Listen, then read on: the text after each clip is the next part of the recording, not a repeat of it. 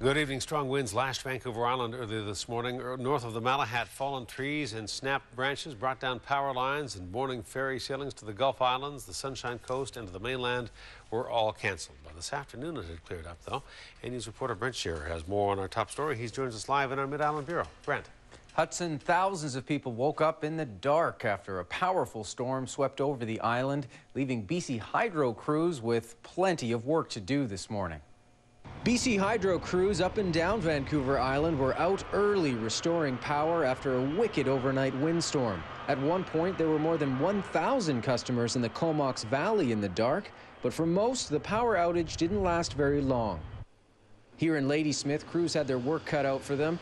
The winds roared through this part of Yellow Point. A tree fell right onto the lines, knocking out power to the entire area. Further down the road, the tops of power poles were bent, and in this case, snapped. Major windstorm coming through the island about 2 o'clock last night. I understand very strong winds in the strait, over 100 km in some areas. At the peak, we had about 35,000 customers reported without power. In some areas, we got a lot of line down, trees on lines, not only just branches coming into contact, but trees as well. So some areas, we brought the power up pretty quick. Other areas, it's going to take a bit of time. BC Hydro is reminding people to stay at least 10 meters back from any down power lines. A viewer in Chemainus shot this explosion just down the street from his home after the power had gone out. Line could still be energized for a variety of reasons. It could be that we're trying to bring the system back on. The system may automatically try and bring itself back on. Someone with a generator may be feeding back into the system, and that can provide power into the line. So people always need to remember to stay 10 meters back.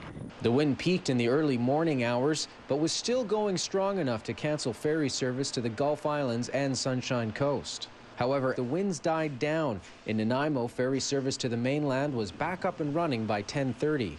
Well, we did have to cancel sailings this morning on 10 routes because of that extreme high winds.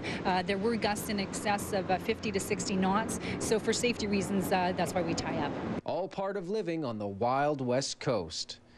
And the lights are still not on for many people on Vancouver Island and the Gulf Islands. BC Hydro says there are nearly 9,000 customers. That's updating all the time. Those people are still without power, and that includes about 2,000 in the Cowichan Valley alone. Hudson? All right, Brent Shearer reporting. Brent, thank you. Thank you.